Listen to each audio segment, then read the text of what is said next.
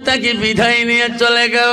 চাচাক তোমার বৌমা বলে দিছে রাতারাতি তার কবর সমাধা করতে হবে, তাড়াতাড়ি তার কবরটাকে তৈয়ার করো। হযরত আবু যর গফফারি ফাতেমার কবর খোঁড়ার জন্য চলে গেলেন। কবর খুঁড়িয়া আবু যর গফফারি কবরের সামনে বয়ান করে বলে, এ কবর তুমি জানো কি আজকে কে থাকবে এখানে? এখানে থাকবে বিশ্বনবী রহমাতুল্লিল আলামিনের আনয়নের পুতুল এ কবর রে হযরত ফাতেমা নবীজির আদরের কলিজা। ফাতেমার সাথে বেয়াদবি করিও না। এ কবর এখানে থাকবে আসাতুল্লাহ গালিব, এখানে থাকবে হযরত আলীর স্ত্রী, তার সাথে কোনো বেয়াদবি করিও না। এ কবর এখানে থাকবে হযরত হাসান হোসেন আম্মাজান, কবর রে খবরদার তার সাথে বেয়াদবি করিস না। আবার বলছে এ কবর এখানে থাকবে নারীদের সর্দারানী, পৃথিবীর সব নারীদের রানী হবে, তার সাথে বেয়াদবি করিস না। সঙ্গে সঙ্গে কবর থেকে গাইবি আওয়াজ এসে গেছিল, আবু যর আমার কাছে চিৎকার দিয়ে লাভ হবে না, আমি কবর।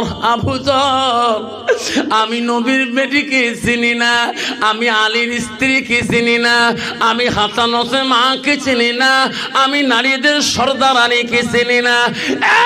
আবু যর মনত রাখি দে রে, ইনি যদি নবীর বেটি হয়, আমল যদি ঠিক হয়, আমার কবরে সৎ ব্যবহার পড়বে। আমল যদি বেটি হয়ে যায়, আমি কবর কাউকে রেখাই দেই না। ডান দিকের হাত বাঁ দিকে বানিয়ে দেব, বাঁ দিকের হাত ডান দিকে করিয়া দেব। এই কথা শোনার সাথে সাথে আবু যর গফফারি চিৎকার দিয়ে ওই কবর থেকে চলে গেছে রে। সারা জীবনটা চলে গেছে, আবু যর জীবনে আর ঘর সংসার করে নাই। কবরের চিন্তা করতে করতে আবু যর গফফারি দুনিয়া থেকে বিদায় নিয়ে গেছে। বাপজন এই কবর কাউকে রেহাই দিবে না। যদি কোনো মানুষ কবরে যায়, আল্লাহ তুলি যদি বলে মান রাব্বুকা, এদিকে আমার বাপ এমলে আছিল শুনবে, মান দিনুকা আমার বাবা প্রেসিডেন্ট আছিল শুনবে, মান নবিয়ুকা আমার বাবা জেলা পরিষদ আছিল শুনবে, একটাও শুনবে না। ওখানে কবরে তোমার কেউ পরিচয় দেওয়া দরকার নাই। যদি কবরে পরিচয় হতো তাহলে ফাতেমাতুল জহিরের কবর থেকে আবু যর গফফারি খবর পাইতে, আবু যর তুমি যখন নবীর আও বেটির কলিজার মনির কথা বলছো, আমি কবর তাক সান্ত্বনা দেব।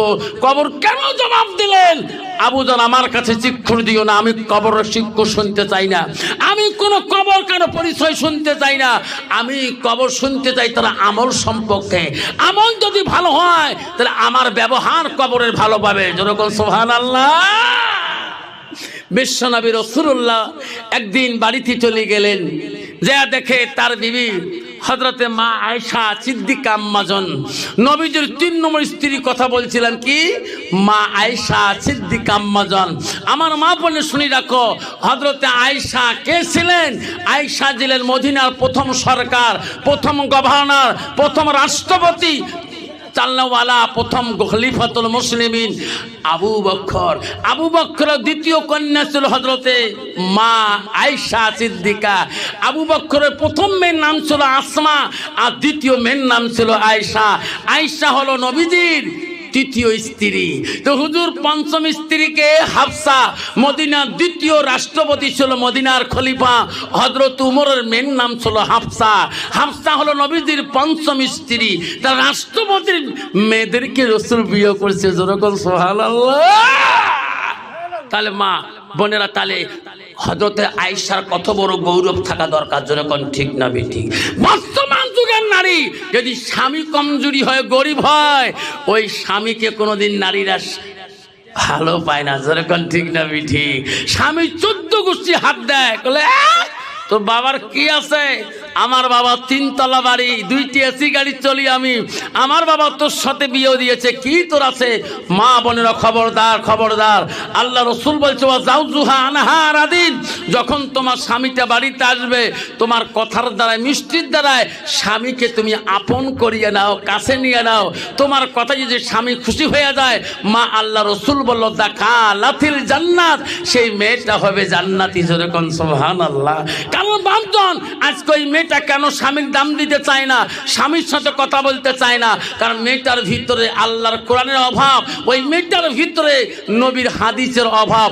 আল্লাহ রসুল বলল মান সালাকা তারিকান ইলতামিসু ফি ইলমান, যদি উনি ইলম শিক্ষা করত, সুবহি মুক্তবে গেত, মাদ্রাসায় গেত, ওই মেয়েটা কোনোদিন স্বামীর সাথে তকাব্বুরি কথা বলতো না। যেরকম ঠিক না ঠিক? বিশ্ব নবীর বাড়িতে যা দেখে আয়েশা সিদ্দিকা রান্না করেছিলেন।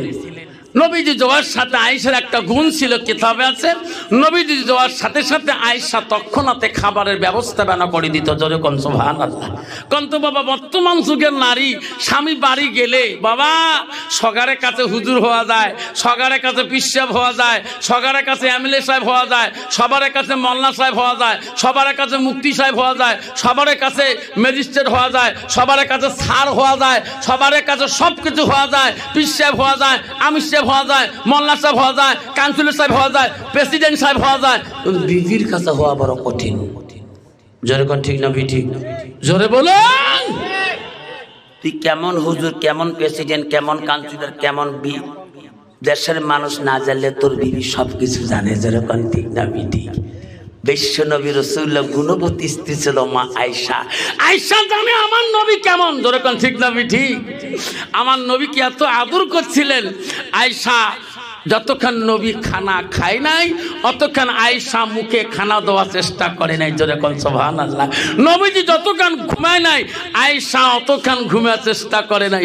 কন্ত বাবা বর্তমান যুগের নারী স্বামীর আগে খায় না, না খায়? স্বামীর আগে ঘুমায় না, না ঘুমায়? স্বামী নাই ঘুমাইতে ওই নাকের গ্যাঙারি, ঠিক না ঠিক? স্বামী ডাকার শক্তি পায় না। ও রাহুলের মা বেশি ডাকলে আমার একটু বা কাম বাজায়। যেরকম ঠিক না ঠিক? রাহুলের মা করতে কাজ চোখ বাঁকড়া বানাচ্ছে, কে দেখেন না? আপনি ঘুম না পান নাকি? মা এটা মাস্টার ম্যাডাম, এটা আপনি লই খান, ফ্রিজত সব কিছু আছে।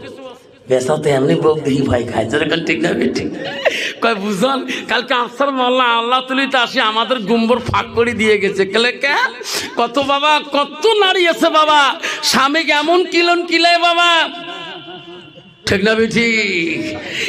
এক কিলি দিয়ে স্বামীর হুতালি ফাটে বেলায়, ঠিক না বিঠি?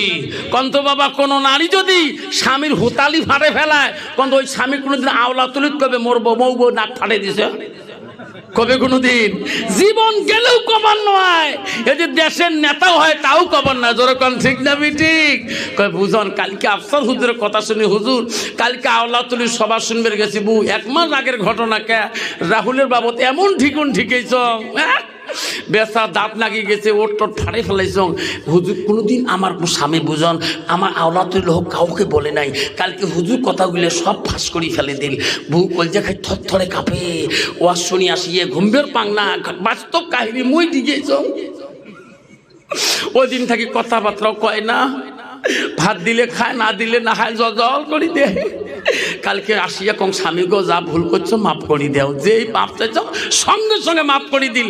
মানুষের সাধা তো কাহো কয় নেই। কন্ত বাবার স্বামী যদি বউ যদি নাকে টাকে ঢিকে কোনদিন স্বামী কবে আওলা তলি বউ ঢুকেছে, জান গেলেও খবর নয়। বুঝন মাপ নিচ্ছ না। ইস সাত গাওটা পাতলা হয়ে গেছে মোর, চারিবের আজকে ভাত খান তবু পেট ভরে না। বুঝন তুই মোর মাসির বেটি বোন হোস, খালা তো বোন, তুই মোর সামনে বসছিস, ওয়াজ শুনবেন তো গাও ভয় পাই নাই। বলে কে? দুলে ভাই 3 দিন আগে আসবো হাত ধরি কাঁদছে। তুই বলে দুলে ভাই বলে ভিতর থেকে গুড়ি ফেলে দিছিস, তুই ফির ক্ষমা নিস নাই? মুই ক্ষমা নেন। মোর মা কম ডাকু আছেন, মোর বাবুক দেখি ভয় খানে, মোর মাও তারে বেটি মুই ক্ষমা না। মোর মা ক্ষমা না, মোর বাপের কাছে জীবনে তারে বেটি আমি। যদি কোন ঠিক না বেটি? মা যদি ভালো হয় মেয়ে ভালো হবে, মেয়ে যদি ভালো হয় রে মা ভালো হবে, মাস্টার যদি ভালো হয় ছাত্র ভালো হবে, ছাত্র যদি ভালো হয় রে মাস্টার ভালো হবে, ইডি যদি ভালো হয় ফার্মা ভালো হবে, ফার্মা যদি ভালো হয় রে ইডি ভালো হবে। এমন জাতের কচু আছে অল্প জালে সিদ্ধ হয়, এমন জাতের মেয়ে আছে অল্প কথায় বুঝিয়া পায়, এমন জাতের কচু আছে অল্প জালে সেজে না, এমন জাতের মেয়ে আছে অল্প কথায় বোঝে না। বাপ ভালো তার ছেলে ভালো, মাও ভালো তার জি, গাই ভালো তা বাছুর ভালো, দুধু ভালো তার ঘি। জোরে কোন ঠিক না বেঠি? জোরে বলুন। আব্বাজান আমার সোনার চানরা, আপনাদের কষ্ট হচ্ছে নাকি বাবা? জোরে বলুন। কার কার কষ্ট হয় হাত তুলে দেখায়, তাকবীর লাগাবো না? তাকবীর।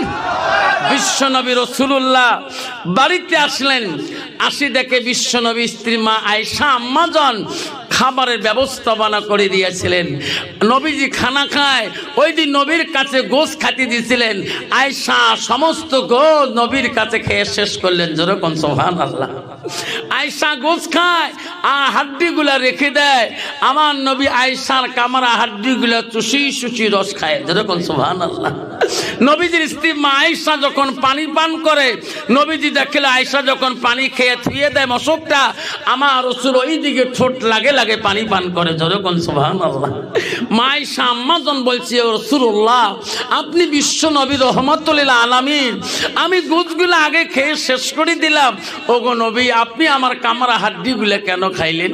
ওগো নবী আমি যেদিকে ঠোঁট লাগে পানি পান করলাম, আপনি ওই দিকে কেন ঠোঁট লাগে পানি পান করলেন? নবী বলে, আয়েশা তোমার কামরা হাড্ডি যদি আমি খাই, আমার কামরা হাড্ডি যদি তুমি খাও, আমি যেদিকে পানি খাচ্ছি তুমি যদি ওই দিকে পানি খাও, আর তুমি যেদিকে পানি খাইছো আমি নবী ওই দিকে যদি পানি খাই, আল্লাহর কাছে সেই হাড্ডিটা রহমত হয়ে যায়, পানিটা রহমতের পানি হয়। দুনিয়ার বুকে আমার উম্মতিরা স্বামী স্ত্রী খাবে, আমি রাসূলুল্লাহ খুশি হয়ে যাব। জোরে কোন সুবহানাল্লাহ। জোরে বল সুবহানাল্লাহ। কন্ত বাবা বর্তমান যুগের নারী স্বামীর আইটে বস্তু খায় কি? জোরে কোন খায়? স্বামীর আইটে বস্তু খায় না। মেয়েদের মধ্যে গল্প করে বুঝল, কালকে আফসান মালনা করেছে স্বামীর আইটে বস্তু খোয়া লাগে। তুই খাস না? তো খাং না, পুরুষ লোকের খাং, কে কার খাস? হুজুর মাখি দেয় তাই খাং। হুজুর মাখি তা বুঝুন তো, হুজুরের কাছে বুড়ি ধরছ তো, হুজুর মাখি দিলে খায়, স্বামী ছাড়া খায় না। হুজুর ভালো হুজুর নয়, ও তো সেই হুজুর ওই যে কোন পীর সাহেব খালি মাখি দিলে খায় আর স্বামীর হাতে খায় না। মা বলে না কত নম্বর হাদিস আছে, স্বামীর আইটে বস্তু খায়। নবীর স্ত্রী মা আয়েশা সিদ্দিকা নবীর আইটে বস্তু খাইছিলেন। হযরত মা সাউদা রাদিয়াল্লাহু আনহা নবীর 2 নম্বর স্ত্রী, নবীর আইটে বস্তু খাচ্ছিলেন। তুমি স্বামীর না খেয়ে পীর সাহেবের আইটে বস্তু খাও কেন? কত নম্বর হাদিস আছে? নবী বলে দিয়েছে স্বামীর আইটে বস্তু খাবা, স্বামী স্ত্রী গভীর ভালোবাসা হবে, স্বামী তোকে আপন বলে ভাবে, স্বামীর সাথে প্রেম ভালোবাসা হবে, ওই বাড়িতে জীবনে কেসাল হবে না। জোরে কোন সুবহানাল্লাহ। নবীজি বাড়িতে যে আয়েশাকে দেখলেন, আয়েশা যখন দেখলেন নবী খাইয়া ঘুমাইলেন, আয়েশা আস্তে করে ঘুমিয়ে গেলেন। আয়েশা ওইদিন নবীর বাড়িতে তাফসীরে আছে, ওইদিন নবীর বাড়িতে মম ছিল, বাতিও ছিল, আলোকিত ঘর। আয়েশা ঘুম ভেঙে দেখে নবী বিছানায় নাই। নবী গেল কোথায়?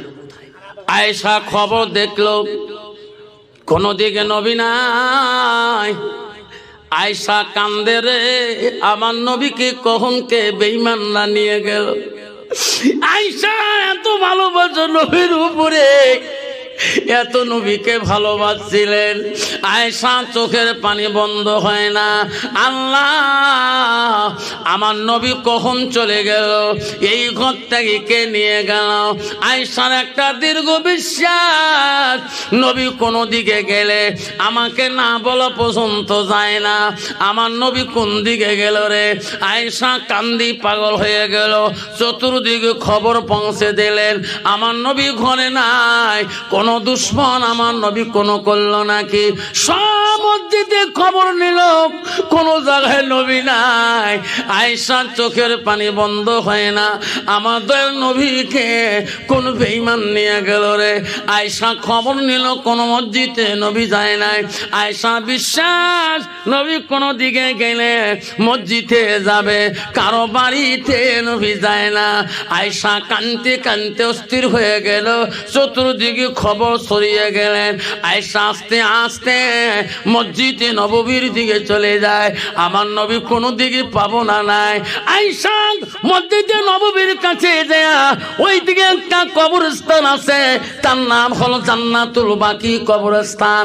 আয়েশা জান্নাতুল বাকি কবরস্থানের দিকে গেলেন, যে দেখে রে নবীর মতন একটা মানুষ দেখা যায় জান্নাতুল বাকি কবরস্থানের মধ্যে।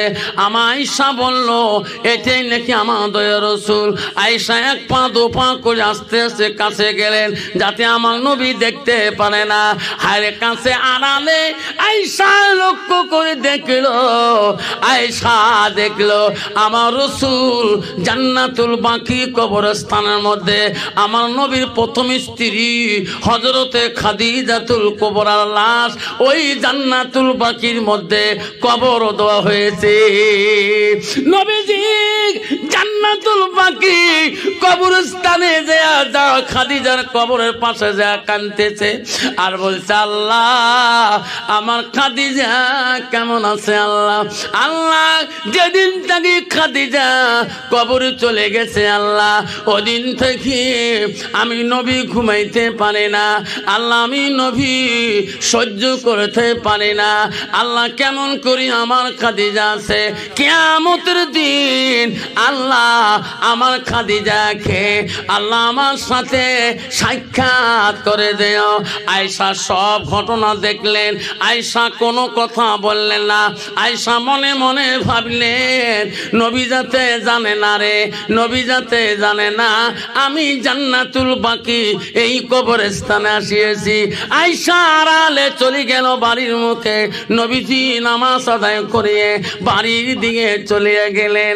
নবীজি স্ত্রী আয়েশা অমন নারী ছিল না বাবা, সঙ্গে সঙ্গে প্রতিবাদ করবে। নবীজি বাড়ি যাওয়ার সাথে আয়েশা মুচকি হাসি দিলেন, নবীকে খানা খাইতে দিলেন। সামনে বসিয়া আয়েশা নবীকে বলল, ওগো নবী আমি আয়েশা, আমি আবু বকরের মেয়ে, আদরের কন্যা ছিলাম। নবী গো 9 বছর বয়সে আমার আব্বা তোমার সাথে বিবাহ বন্ধন দিয়েছে। ওগো নবী কোনদিন আমার জীবনে তোমার খেদমত ত্রুটি করে নাই। নবী গো আমি আয়েশা কোমল অবস্থায় নাবালিগ অবস্থায় বিয়ে হয়েছে। ওগো নবী আমার গুণ কি তোমার অন্তরে নাই? আমার ভালোবাসা কি তোমার অন্তরে নাই? খাদিজাতুল কুবরা একজন বৃদ্ধ নারী ছিলেন, 40 বছর খাদিজার ছিল, তোমার বয়স 25 বছর ছিল। একজন বুড়ি স্ত্রীকে বিয়েও করলেন, তার গুণ নিয়ে কবরস্থানে কান্দেন, তার ভালোবাসা নিয়ে কান্দেন। আমি আয়েশা, আমি একজন মহব্বতের বিবি, আমি আবু বকরের কন্যা হয়ে আমার নাম কি গুণ কি তোমার অন্তরে একটা বারো জাগলো না? আমার নামটা নিয়ে একটা বারো দোয়া করলেন না কেন? নবী উত্তর দেয় না, নবী কান্দে, নবী চোখের পানি বুক ভিজে যায়, দাঁড়িয়ে দিয়ে পানি পড়ে। আয়েশা বলে, নবী গো আপনি জবাব না দিয়ে কান্দেন কা? আমার ভুল হলো নাকি? ও নবী আমাকে ক্ষমা করে দেন, আপনি এত কাঁদছেন কেন? নবী বলছে, আয়েশা আয়েশা আমার খাদিজাকে কেন তুমি বুড়ি বললি? আমার খাদিজা কেন তুমি বুড়ি বললি? আমার খাদিজার বয়স 40 যদি পারে, আমার বয়স 25 হইতে পারে। আয়েশা রে, আমার আমি নবী থাকাকালীন আমার খাদিজাকে বুড়ি বললে আমি নবী কষ্ট পাই, দুঃখ পাই। আয়েশা, আমার খাদিজার জীবনে একটা দিনের কষ্ট তুমি আয়েশা যদি সারা জীবন করো, আমার খাদিজার একদিনের কষ্টর সমতুল্য হবে না। আয়েশা, আমার খাদিজা একদিনের দুঃখ সারা জীবন যদি দুঃখ প্রকাশ করো, আমার খাদিজার সঙ্গে একদিনের দুঃখর সমতুল্য হবে না। আয়েশা রে, আয়েশা, আমার খাদিজা ছিল দুঃখের দিনের স্ত্রী, আর তুমি আয়েশা হলে সুখের দিনের স্ত্রী। আব্বারা কষ্ট পাবেন না। আবারে শর্ট টাইমে দোয়া করে দিয়ে যাব। আমার পরবর্তী অতিথি আছে, তারও কথা বলবে। এই সময় অতিথির কাছে, মেহমানের কাছে অনুরোধ করি, বাপ আমি আপনাকে 10টা মিনিট 5টা মিনিট অতিথিকে বসতে আমার বন্ধু লগিনি। আব্বা, আমি আমার ছাত্র জীবনে বাবা 14 বছর আমি ইমামতি করছিলাম বাজার মসজিদে। এত মানুষ কবরস্থানে রাখছিলাম, এত মানুষের জানাজা দিয়েছিলাম, কোনদিন আমি কবরে কান্দি নাই। যেদিন আমার মাকে আমি জানাজা দিলাম, আমি জীবনে কোনদিন মানুষের কবরে নামি নাই। মারার দিন রে আমি কাউকে নামবে দেইনি। আমি মাকে নিলাম কবরে, মাকে ধরলাম, বড় ভাই পায়ের দিকে ধরলো, আমি মাথার দিকে ধরি, মাকে নামাইয়া দোয়া পড়ি, বিসমিল্লাহ আলা মিল্লাত রাসূলুল্লাহ। আমি কান্দি। বড় ভাই বলে, মৌলানা কান্দিস কেন? তো চোখের পানি যদি মার কাপনে পড়ে রে, মা গুনাহগার হয়ে যাবে। তুই যদি কান্দিস মা কষ্ট পাবে। আমি বলছি, ভাই আমার কাছে মা ছিল, তোমার কাছে কারো কাছে মা ছিল না। আমি কত দূরে সব করতে গেছিলাম, কত দূরে সভা করতে গেছিলাম। রাত 2টায় যদি বাড়িতে আসি, একবার যদি ডাক দিতাম মা, আমার মা ঘরে থাকতে পারে নাই, দরজা খুলে দিত, আমার জন্য গরম পানি টেবিলে সাজে রাখতো। আমি বলছি, মা গরম পানি কেন? আব্বা কালকে স্কুলে যাবি, তুমি মাস্টার মানুষ, হাই স্কুলের মাস্টার, তোমার গালা যদি নষ্ট হয়ে যায় তোমার প্রিন্সিপাল তোমার গালি দেবে। আমি গরম পানি খাই। আমি বলি রে, এই মাটা যেদিন কবরে চলে যাবে রে, আমার জন্য কে রে গরম পানি রাখবে? আজকে মা মারা যাবার 15 থেকে 16 বছর চলে গেল। কত সভা করি, রাতি যায়, এক গ্লাস গরম পানি কোনদিন টেবিলে পাই না। কবর দেখি, গাড়ি থেকে বেরিয়ে সবার ব্যাগটা গাড়ি নিয়ে দাঁড়ায়। বেটি বলে, আব্বা সভা করে যাবার সময় মনটা এত মলিন করিস কেন? দাদির কবরের দিকে বারবার তাকাস কেন? আমি বলি, বেটি রে, যখন তো দাদি বেঁচে ছিল 17 বছর ওয়াজ করছিলাম, আমার মা মোটর সাইকেল নিয়ে ওয়াজ সভা করতে গেলে আমার মা না তো দাদি না মাথায় টুপি হাত দিত। আজকে তো দাদিকে বেটি মাথায় হাত দেয় না, আমার মাথা হাত দিয়ে মানা দোয়া পড়তো, বাবা মোটর সাইকেল দিয়ে যাও, আল্লাহ তো জীবনে বিপদ দেবে না।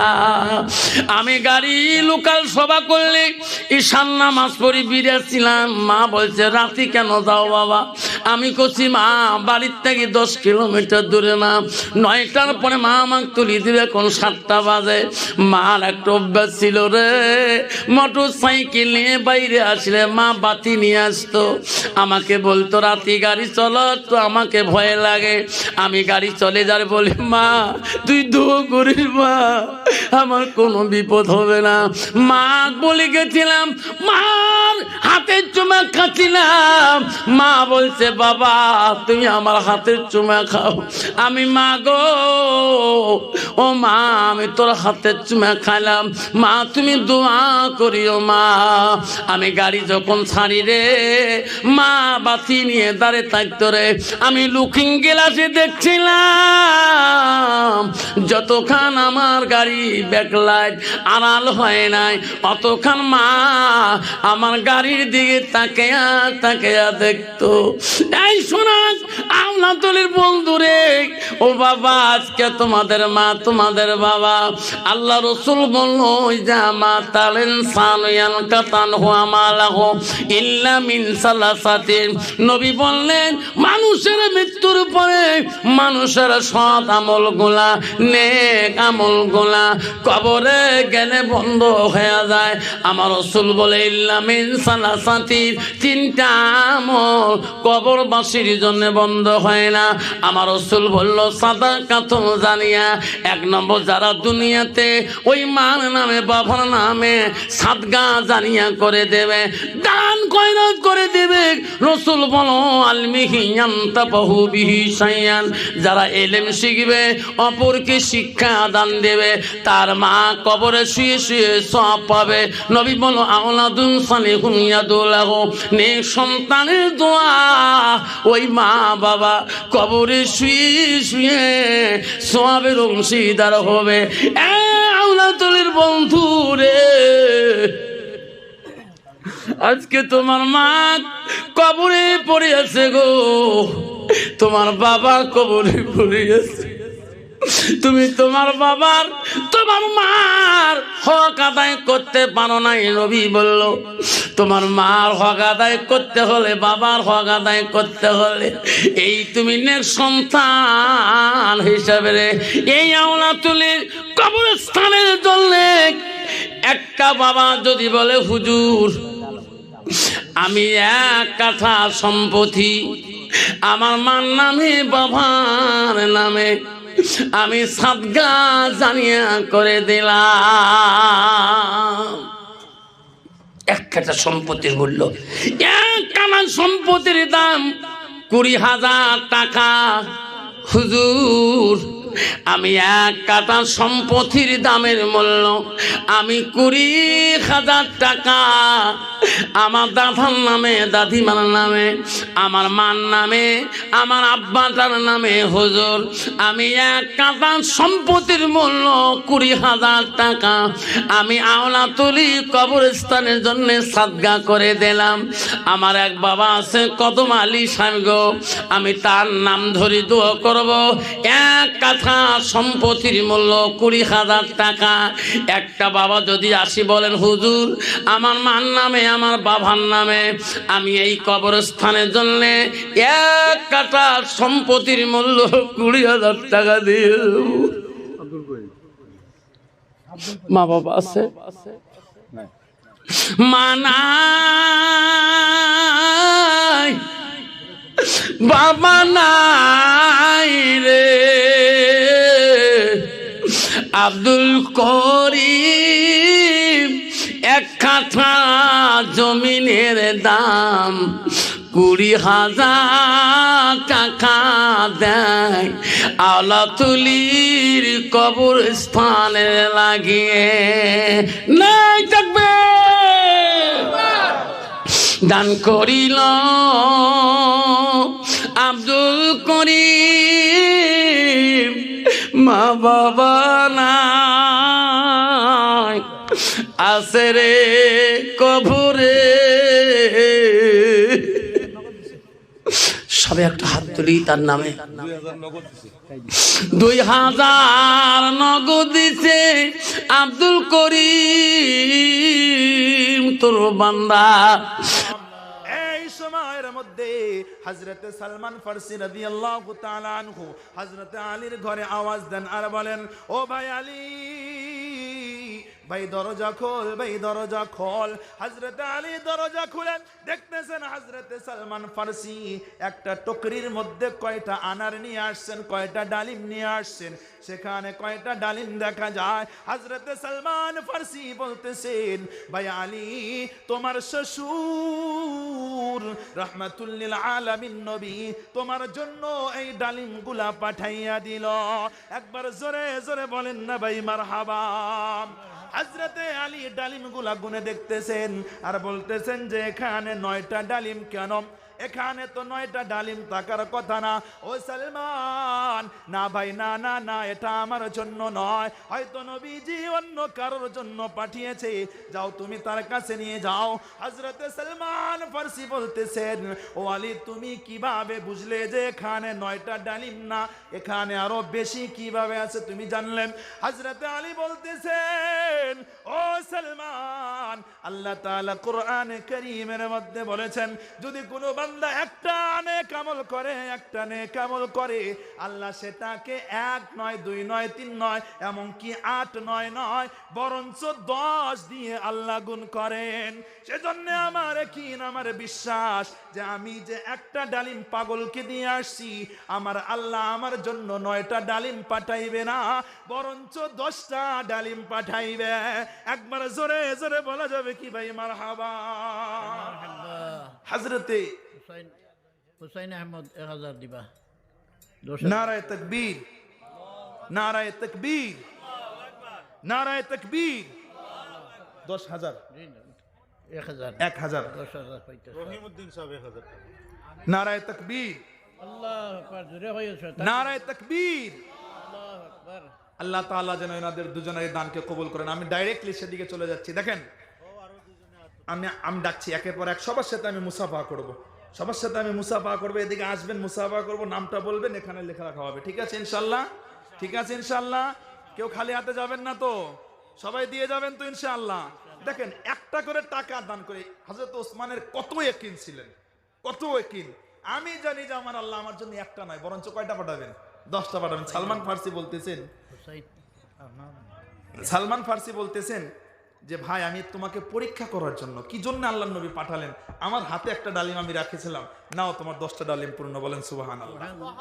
সেজন্য আল্লাহর ঘরের জন্য আমি সর্বপ্রথম একটা ডাক দেব। আমি মুসাফির মানুষ, আমি মুসাফির মানুষ, সর্বপ্রথম একটা ডাক দেব। একজন আল্লাহর বান্দা আমি চাইবো সর্বপ্রথম। আমি মুসাফির মানুষ, 2টি হাত তুলে দোয়া করে দেবো তেনার জন্য। সর্বপ্রথম এমন কোন আল্লাহর বান্দা আছেন যে আল্লাহর নবীর ঘরের জন্য, মেয়েদের জন্য, এই যে আমাদের এগুলা হবে আমাদের ভবিষ্যতের মা, এদের জন্য সর্বপ্রথম একজন আল্লাহর বান্দা কে আছেন? আল্লাহর নবীর মাদ্রাসার জন্য, মা বাবার কবরটা জান্নাতের বাগান বানানোর জন্য, বাবার কবরটা জান্নাতের বাগান নাই বা মা বাবার সুস্থতার জন্য সর্বপ্রথম একজন আল্লাহর বান্দা দাঁড়ান যে হুজুর, আমি 20,000 টাকা দেওয়ার জন্য রাজি আছি। কে আছেন? একজন আল্লাহর বান্দা মনটা নরম করে দাঁড়ান। একজন আল্লাহর বান্দা দাঁড়ান, 20,000 টাকা আল্লাহর নবীর মাদ্রাসার জন্য। আল্লাহর নবীর মাদ্রাসার জন্য কে আছেন ভাই? 20,000 টাকা দিয়ে যান। এই টাকা আপনার ফেলানো যাবে না, এই টাকা আপনার নষ্ট হবে না, এই টাকা কোনোদিন বাবাজি যায় হয়ে যাবে না, বরঞ্চ টাকা দান করলে টাকা বাড়ে, সম্পদ বাড়ে।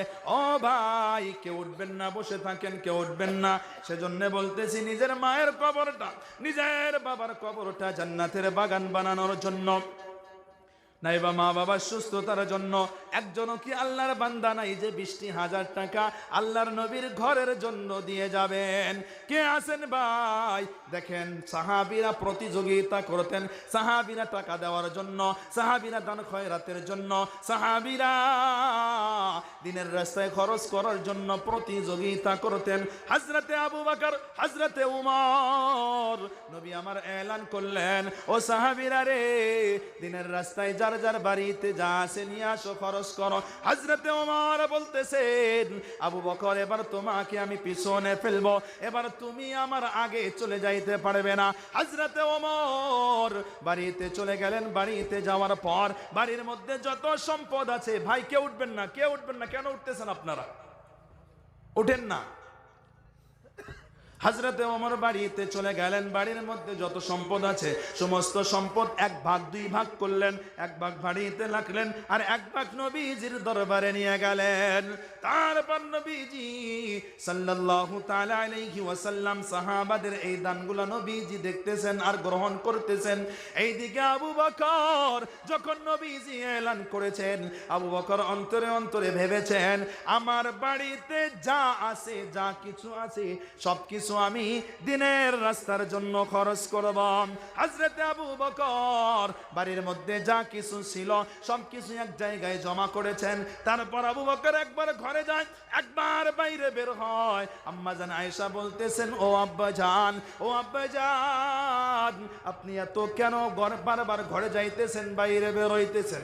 হযরতে আবু বকর বলতেছেন, ও আয়েশা, আমি জুতাটা সেলাই করার পর আমার সুই আর সুতাটা আমি কোথায় রেখেছি ও আয়েশা আমি খুঁজে পাইতেছি না। নবীজি যখন এলান করেছেন যে তোমরা যার যার মতো বাড়ি থেকে দান নিয়ে আসো, আমি মনে মনে ভেবেছি আমার বাড়িতে যা আছে আমি সবকিছু দিয়ে দেব, সেজন্য আমি সেই সুই সুতাটা তালাশ করে পাইতেছি না ও আয়েশা, সেজন্য আমি বারবার ঘরের মধ্যে যাইতেছি।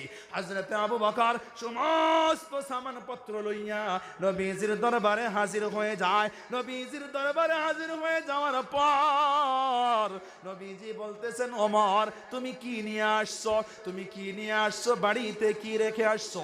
হযরতে ওমর বলতেছেন, ওগো পয়গম্বর, আমি আমার বাড়ি থেকে নারায়ে তাকবীর, নারায়ে তাকবীর, নারায়ে তাকবীর। জহুরুল ইসলাম ভাই 10,000 টাকা নগদ দিয়ে দিয়েছেন। আল্লাহ তুমি ওনার দানকে কবুল করো, মঞ্জুর করো। ও রব্বুল আলামিন, মনের আশাকে তুমি পূর্ণ করে দাও গো আল্লাহ। ও আল্লাহ 10,000 টাকাকে আল্লাহ তুমি 10 লক্ষে তুমি পরিণত করে দিও।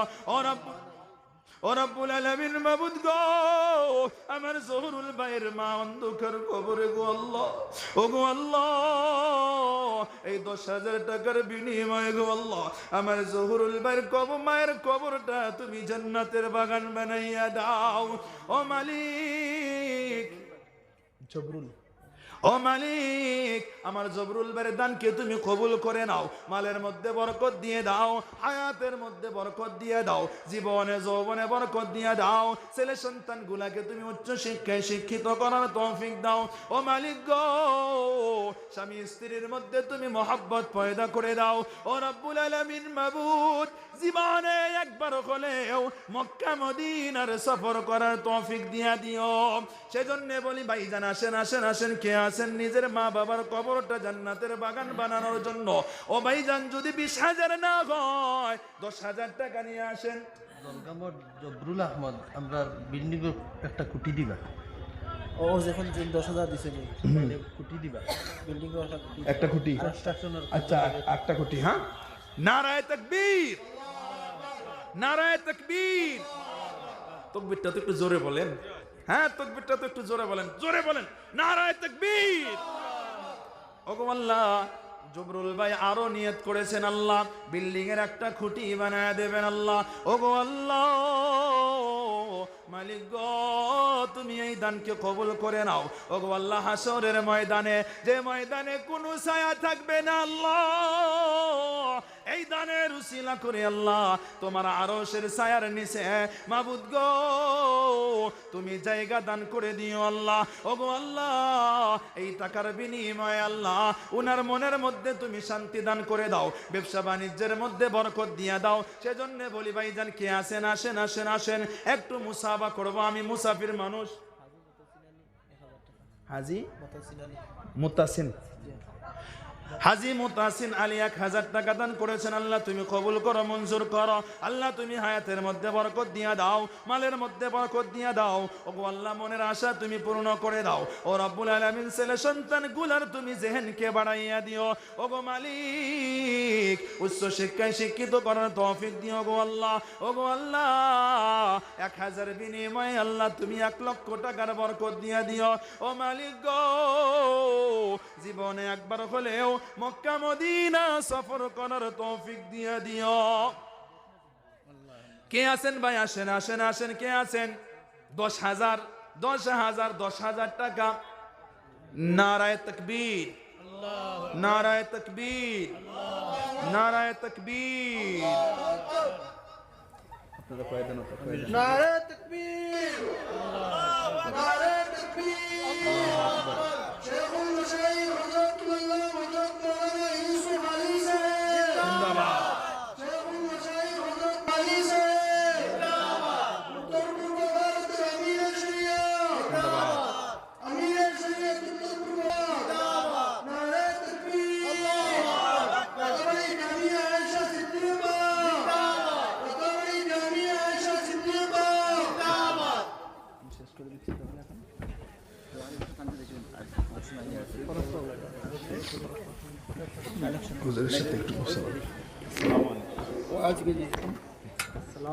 انت بلال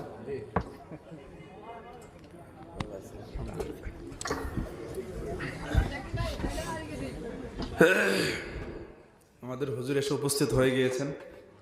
আমি তো ভাবছিলাম যে আর এগিয়ে যাব না, তো হুজুর যখন বলছেন, তো মাদ্রাসার কিছু আপনার খেদমতের জন্য, মাদ্রাসার কিছু উপকারের জন্য আপনাদের কাছে হাতটা বাড়িয়ে দিয়েছি।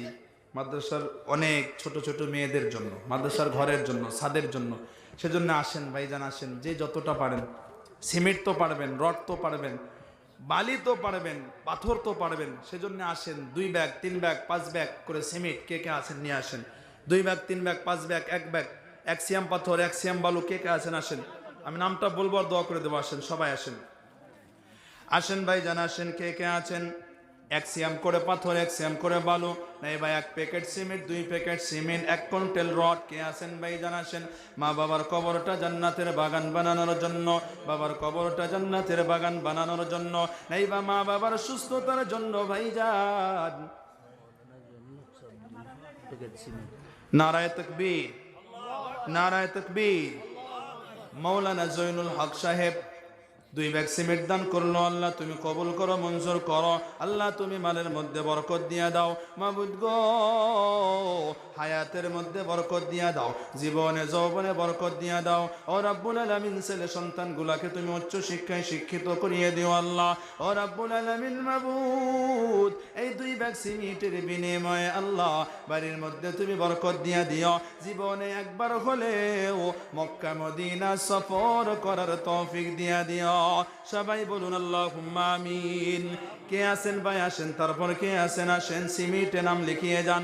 আজকে না দেবেন, 2 দিন পরে দেবেন, 1 সপ্তাহ পরে দেবেন, যখন কাজ শুরু হবে তখন দেবেন।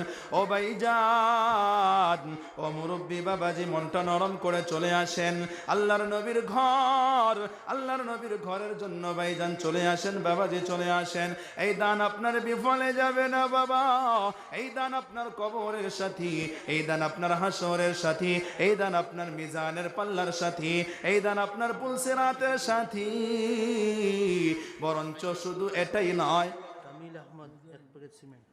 আল্লাহ কামিল আহমেদ 1 প্যাকেট সিমেন্ট দান করলো। আল্লাহ কবুল করো, মঞ্জুর করো। ও রাব্বুল আলামিন, এই মালের মধ্যে তুমি বরকত দিয়ে দাও।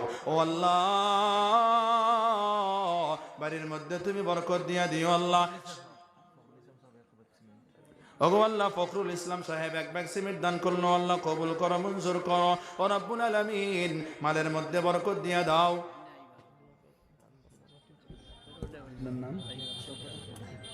ও আল্লাহ, শওকত আহমেদ ভাই, হাফিজ মাওলানা শওকত আহমেদ ভাই মাদ্রাসার, ওই মাদ্রাসারই উনি শিক্ষকতা করেন, টিচার। ওগো আল্লাহ, মাদ্রাসার মায়ায় পড়ে, মাদ্রাসার মহব্বত পড়ে, তোমার নবীর ঘরের মহব্বত পড়ে 1 ব্যাগ সিমেন্ট দান করলো। আল্লাহ কবুল করো, মঞ্জুর করো। ও আল্লাহ, মালের মধ্যে বরকত দিয়ে দাও। ওগো আল্লাহ, জীবনে যৌবনে বরকত দিয়ে দাও। ও রাব্বুল আলামিন মাবুদ, খাস করে আল্লাহ এই মালকে তুমি কবুল করে নাও। ওগো আল্লাহ, জীবনে একবার হলেও মক্কা মদিনা সফর করার তৌফিক দিয়ে দাও। মাদ্রাসার ছাত্রী ওগো আল্লাহ মাদ্রাসার ছাত্রী সাকিরা বেগম আল্লাহ, ওগো আল্লাহ ছাত্রী হইয়া মাদ্রাসার জন্য এক ব্যাগ সিমেন্ট দিয়ে দিও আল্লাহ, ওগো আল্লাহ এক ব্যাগ সিমেন্ট দিয়ে দিল আল্লাহ।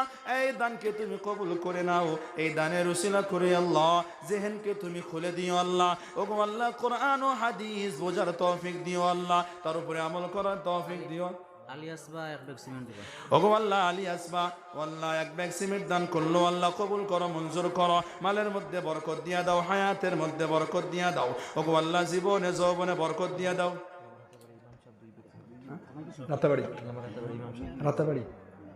রাতাবাড়ি ইমাম সাহেব 2 ব্যাগ সিমেন্ট দান করলো আল্লাহ কবুল করো, মঞ্জুর করো। ও মালিক গো, এই মালের মধ্যে তুমি বরকত দিয়া দাও, হায়াতে বরকত দিয়া দাও, জীবনে যৌবনে বরকত দিয়া দাও, বিবি বাচ্চার মধ্যে বরকত দিয়া দাও। ও গো আল্লাহ বাচ্চাগুলাকে তুমি উচ্চ শিক্ষায় শিক্ষিত করার তৌফিক দিও।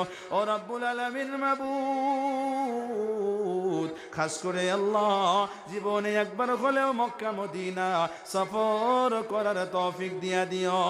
ও ভাইজান আসেন আসেন, কে আছেন? ও ভাইজান আসেন আসেন, কি আছেন? সিমেন্টের মধ্যে মাদ্রাসার ঘর, মাদ্রাসার ঘরের জন্য। ও ভাইজান এই মাল কোনোদিন বিফলে যাবে না।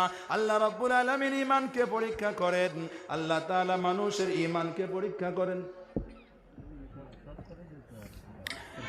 আচ্ছা যাই হোক, হুজুর এখানে বসে আছেন, দেখতেও খারাপ লাগছে না?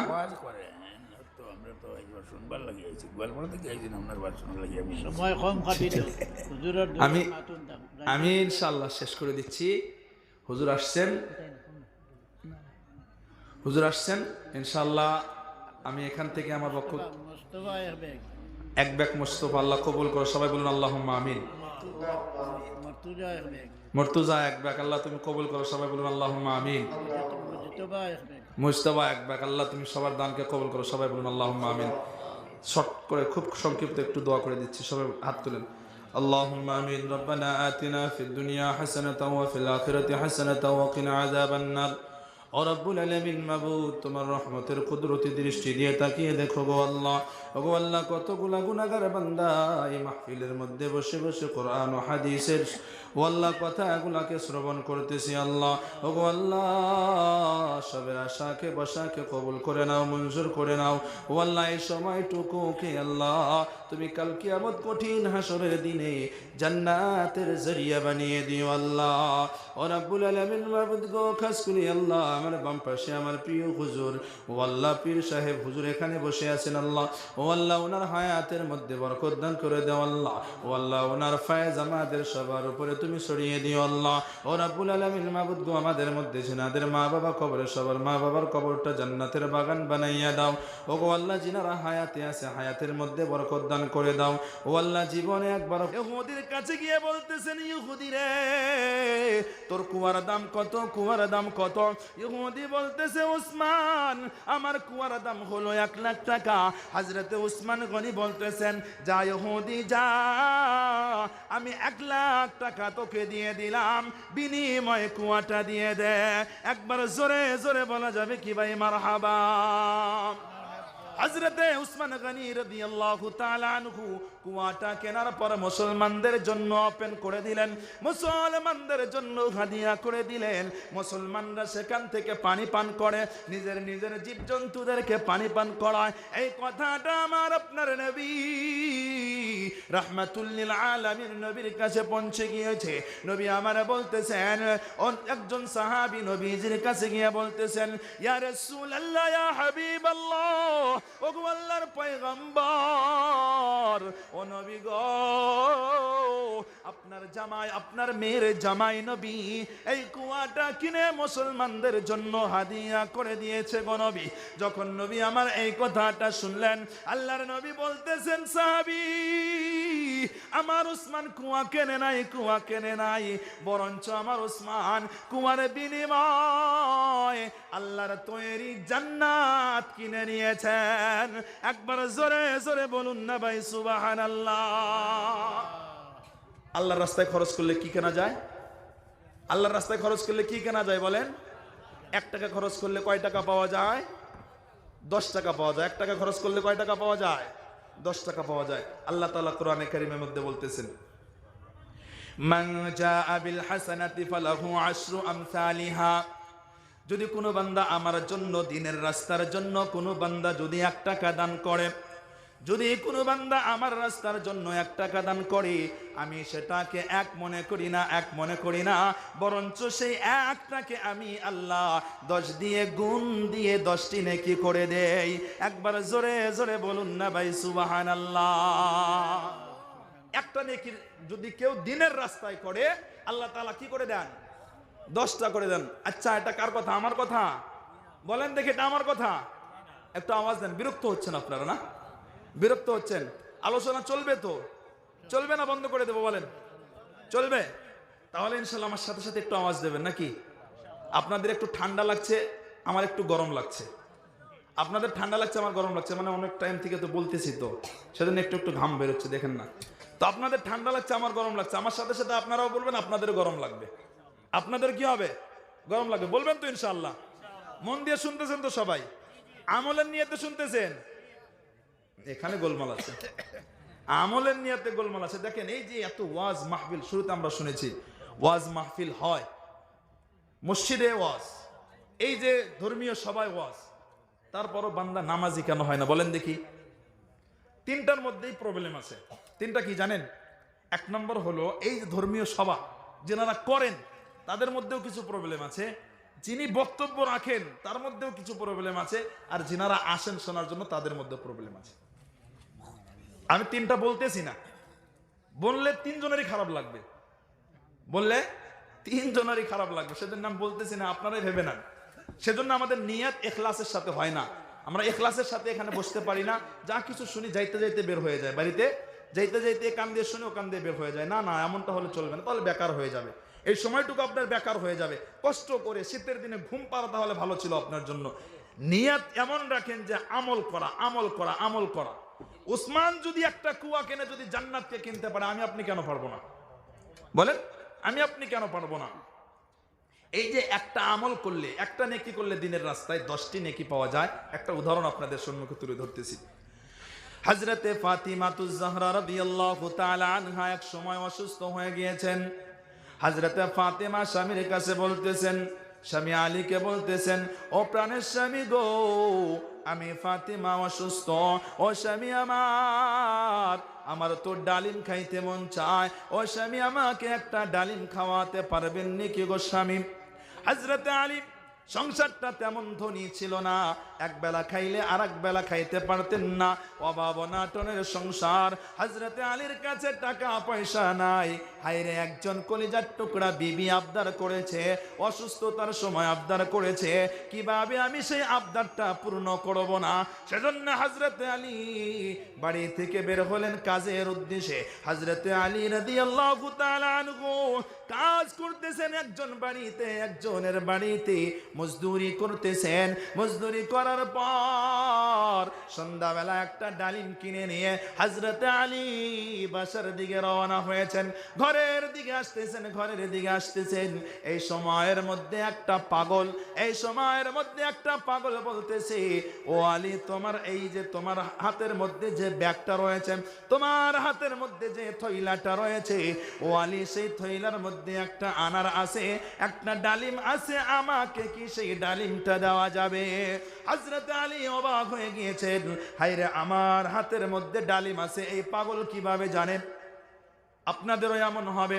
আপনার কাছে যদি বলেন যে আপনার ঠোঙ্গার মধ্যে, আপনার ব্যাগের মধ্যে কলা রয়েছে, আর আপনি রাস্তা দিয়ে যাইতেছেন, যাওয়ার সময় একজন লোক যদি জিজ্ঞাসা করে, তোমার ব্যাগের মধ্যে যে কলা রয়েছে সেই কলাটা আমাকে দাও, তখন কিন্তু মনের মধ্যে একটা ভাবনা আসবে, কেরে কিভাবে জানলো আমার ব্যাগের মধ্যে যে কলা রয়েছে, কিভাবে জানলো? হযরতে আলী মনে মনে ভাবতেছেন, হায়রে, কিভাবে জানলো আমার ব্যাগের মধ্যে ডালিম রয়েছে? হযরতে আলী মনে মনে ভাবতেছেন, হায়রে, এ তো অসুস্থ, একজন পাগল, তাহলে আমি এক কাজ করি, এই ডালিমটাকে ভাগ করে এক ভাগ আমি ফাতেমার জন্য নিয়ে যাই, আর এক ভাগ এই পাগলটাকে দেই। এই ডালিমটা যখন ভাগ করে যখন পাগলটাকে এক ভাগ দেয়, পাগলটা খুবই চালাক ছিল, পাগলটা খুবই চালাক।